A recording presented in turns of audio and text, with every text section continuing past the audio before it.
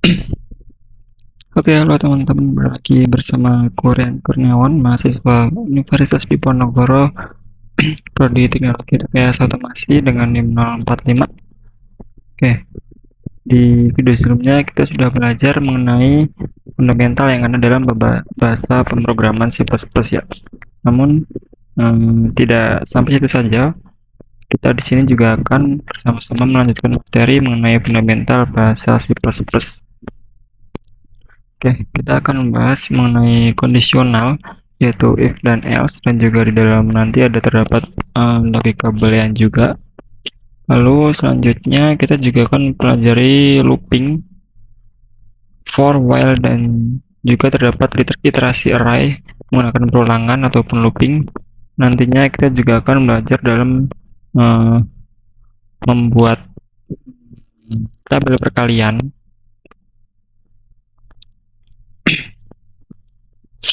Serta kita juga akan membahas mengenai perbedaan parameter, yaitu parameter by copy dan juga by reference. Nah, kita juga akan membahas mengenai fungsi dengan contoh-contohnya, serta kita akan belajar antara perbedaan file HPP dan juga CPP. Lalu yang terakhir, kita juga akan belajar membuat program modular sederhana seperti perhitungan operasi aritmatika ya tepatnya. Oke.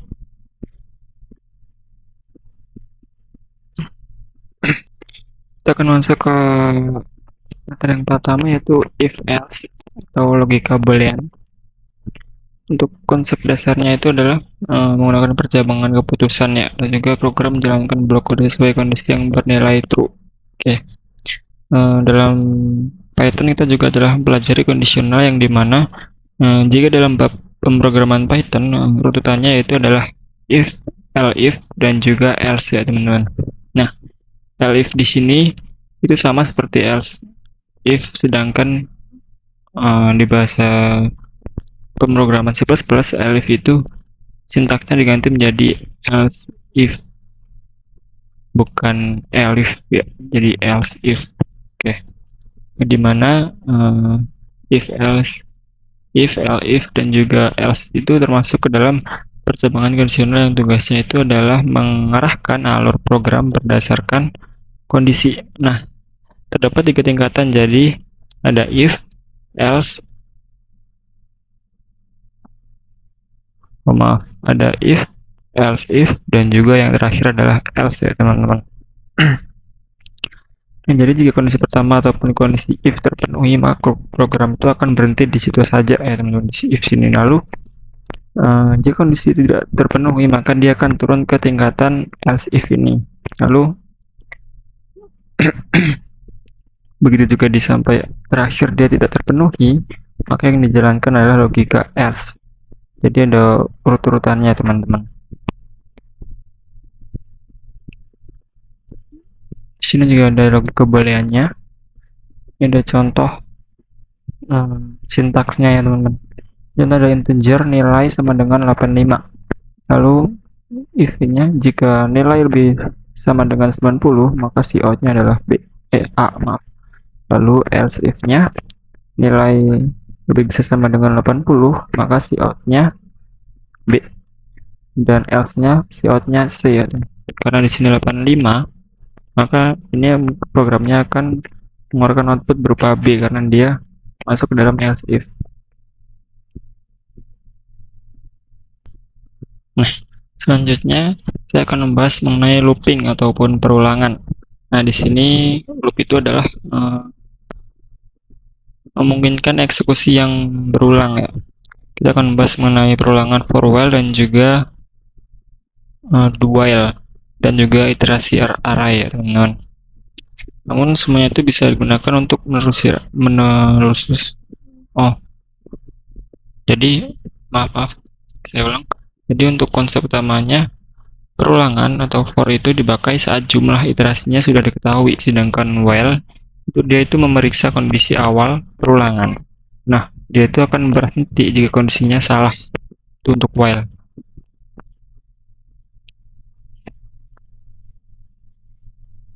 Jadi untuk kalau for loop ini digunakan ketika jumlah perulangan sudah diketahui, kita yang menentukan ya. Sedangkan while berjalan selama kondisi itu bernilai true, jadi juga berjalan dalam kondisi tertentu ya yang sudah kita masukkan nanti.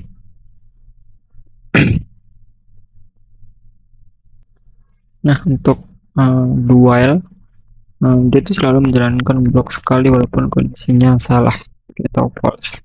Lalu ada iterasi array di sini contohnya. Oke, selanjutnya adalah latihan program rata-rata nilai dan juga tabel perkalian. Oke, ya di sini yang pertama ada program rata-rata nilai. Di sini kita menggunakan integer n, lalu outnya di sini jumlah data sama dengan, lalu kita masukkan input berupa angka di sini. Integer nilai n integer total kita buat 0 dulu. Nah, di sini kita membuat sistemnya di sini. Jadi cin nilai berapa nilainya, lalu kita total nilainya berapa pun itu, ada berapa nilai di sana. Lalu untuk outnya adalah rata-rata ya nilainya. Lalu selanjutnya ada tabel perkalian 1 sampai 10 ya di sini ya. Dan di sini dia membuat program looping di sini for integer i sama dengan 1 sampai i sama dengan kurang dari sama dengan 10. Dan di sini dia akan membuat perkalian antara 1 sampai 10. Oke, seperti itu bisa teman-teman coba di Visual Studio Code, nanti saya juga akan contohkan nantinya. Lanjut saja, yaitu ada perbedaan parameter by copy dan juga by reference. Oke. Yang pertama, oke, jadi untuk parameter jenis parameter itu ada 2 ya dalam C++, itu ada by copy dan juga by reference. Nah, untuk parameter by copy dia itu hanya menerima inputan saja di sini. Dia hanya menerima inputan saja. Dia tidak berubah nilainya.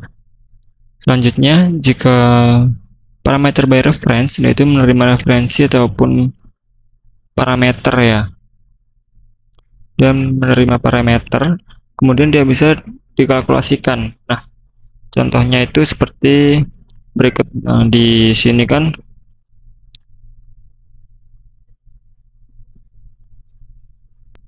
di sini ada void tambah integer x, lalu x sama dengan x plus 10. Ini untuk contoh yang by copy.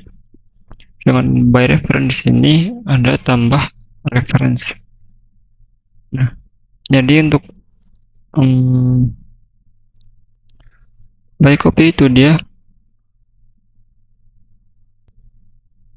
si parameter nilai a-nya itu, nilai x-nya itu hanya menerima salinan dari variabel yang dikirim. Nah, perubahan nilai pada variabel x ini tidak mengaruhi variabel aslinya ya. Berbeda dengan parameter by reference yang dimana parameter x di sini itu menerima referensi yaitu si variabel aslinya. Nah, perubahan yang terjadi pada variabel ataupun parameter x ini langsung mengubah variabel asli. Nah, jika kita menginputkan x ini sama dengan 10, dia akan merubah variabel aslinya, teman-teman. Jadi perbedaannya di situ ya untuk parameter by copy dan juga by reference. Oke, saya lanjut saja. Ini ada prototype fungsi dengan contohnya. Oke. Jadi apa itu prototype fungsi? Jadi prototype fungsi itu adalah deklarasi fungsi sebelum digunakan. Biasanya ditulis di atas fungsi main. Jadi prototype fungsi itu mendeklarasikan tanda tangan fungsi sebelum dipakai ya. Nah, kali ini itu memisahkan deklarasi dari implementasi dan juga menjaga compilernya dari si parse itu sendiri. Nah, untuk mengetahui fungsi yang akan dipanggil, Protap ini biasanya tuh ditempelin di bagian atas maupun header ya, yang biasanya diberi nama file.hpp seperti itu. Nah, nanti kita akan bahas lebih lanjut juga.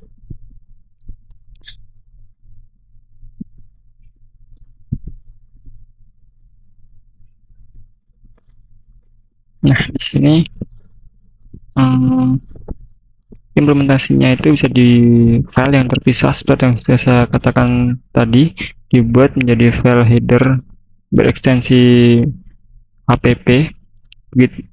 Perbedaan antara HPP dan juga CPP ini, untuk DPP itu dia adalah file header yang isinya itu adalah berisikan deklarasi fungsi, kelas, konstanta, dan juga yang lainnya yang pingin yang ingin dibagikan di situ lah. Simpelnya itu mungkin seperti library yang bersifat open source ya teman-teman. Nah, sedangkan file yang berekstensi CPP, dia itu file implementasi yang di dalamnya itu memuat kode dari fungsi yang telah dideklarasikan ya. Jadi ibaratnya kita mengambil header ataupun file yang akan dimasukkan ke dalam file CPP itu.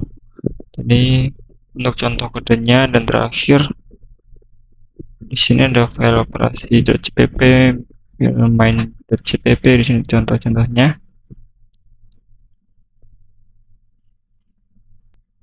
Oke, dan yang terakhir kita ada program modular sederhana di sini ya teman-teman. Yang dimana di sini hanya terdapat seperti perhitungan aritmatika biasa, penjumlahan dan juga pengurangan seperti itu teman-teman.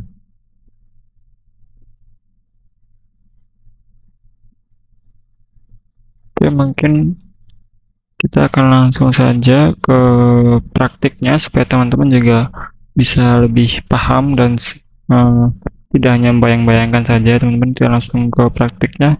Saya akan langsung masuk ke Visual Studio Code-nya. Oke, di sini saya sudah masuk di Visual Studio Code. Oke, untuk yang pertama ini adalah untuk if else ya, untuk boolean atau pengkondisian. Di sini saya menggunakan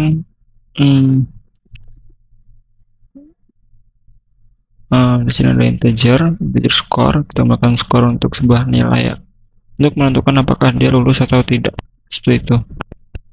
Jadi saya melakukan cout untuk masukkan nilai, kita menginput skor kita.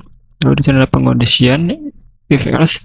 Yang pertama ada if, yaitu jika skor lebih dari sama dengan 90 maka coutnya dia adalah grade A ya. Lalu else if nya adalah jika skor lebih dari sama dengan 75 maka dia akan masuk ke grade B. Lalu ada else if lagi, jika skornya lebih dari sama dengan 60 dia akan grade-nya adalah C. Lalu else nya dia grade-nya adalah D. Oke, untuk logika boolean, untuk booleannya lulus sama dengan skor lebih besar sama dengan 60 ya. Lalu berarti jika di bawah 60 maka dia akan tidak lulus. Cout-nya adalah status lulus sama dengan dia atau tidak. Oke, kita coba run di sini, masukkan nilai misalnya 80, enter. Grade B status lulus adalah ya. Oke, seperti itu.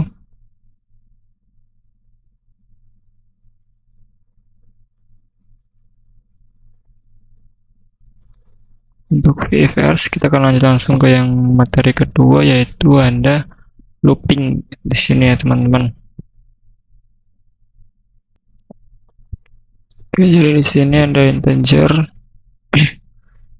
R, lalu ada 5 ini jumlahnya, lalu ada kita masukkan 1 2 3 4 dan 5.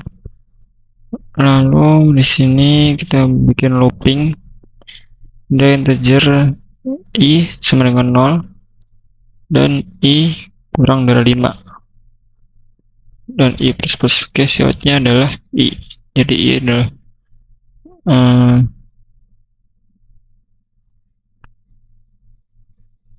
oke.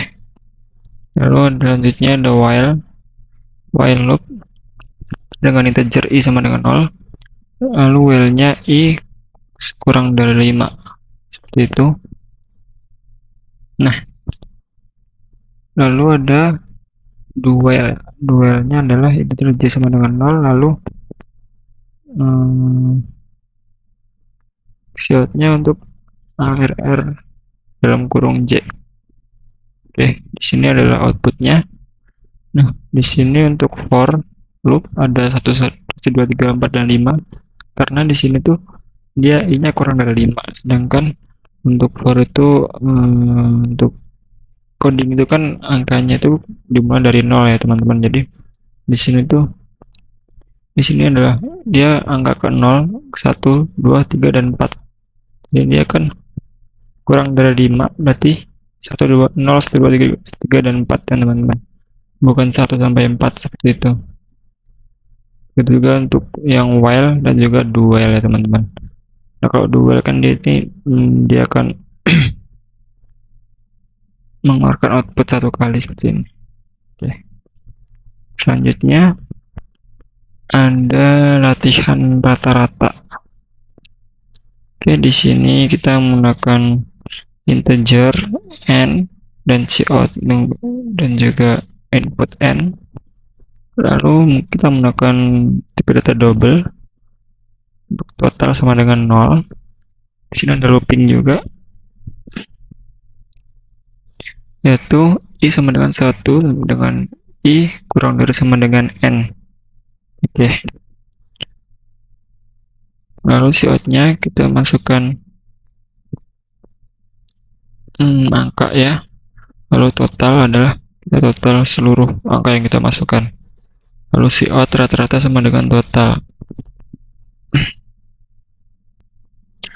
Oke, kita coba run. Kita masukkan nilai misalnya 90. Oh, maaf.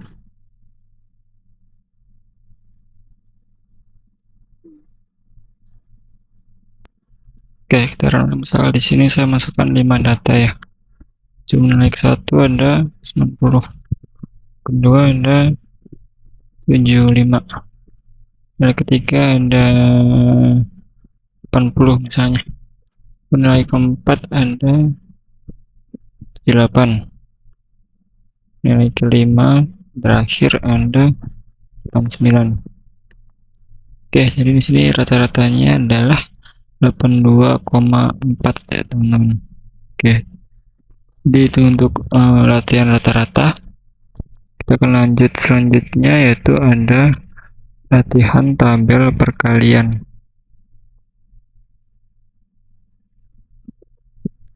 Oke, di sini kita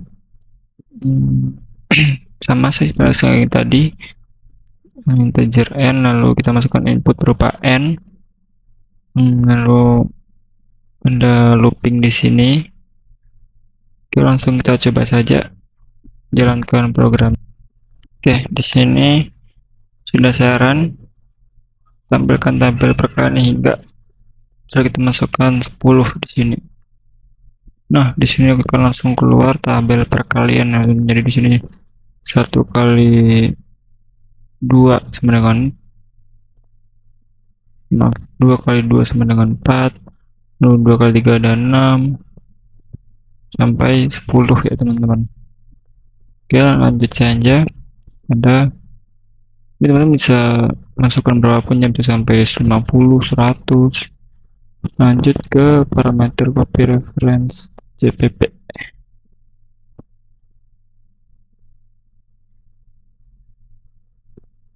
Oke, ini ada kodenya seperti ini.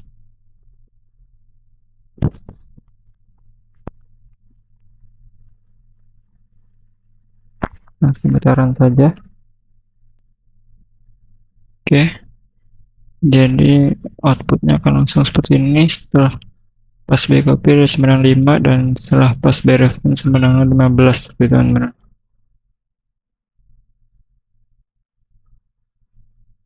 Jadi untuk by copy ini tidak mengubah nilai awalnya itunya, dan untuk by reference dia akan berubah dari nilai aslinya seperti itu, teman-teman. Lanjut untuk fungsi prototype di sini. Ini untuk sintaksnya saja seperti ini ya teman-teman. Lalu ada program modular ya. Oke, ini untuk program modular sederhana. Ini seperti penjumlahan dan pengurangan saja. Oke, mungkin cukup sekian untuk video kali ini. Oke, saya cukupkan. Semoga bermanfaat yang saya sampaikan. Jangan lupa subscribe, share, dan juga like ya teman-teman, di komen. Semoga bermanfaat. Sampai ketemu di video selanjutnya. Terima kasih.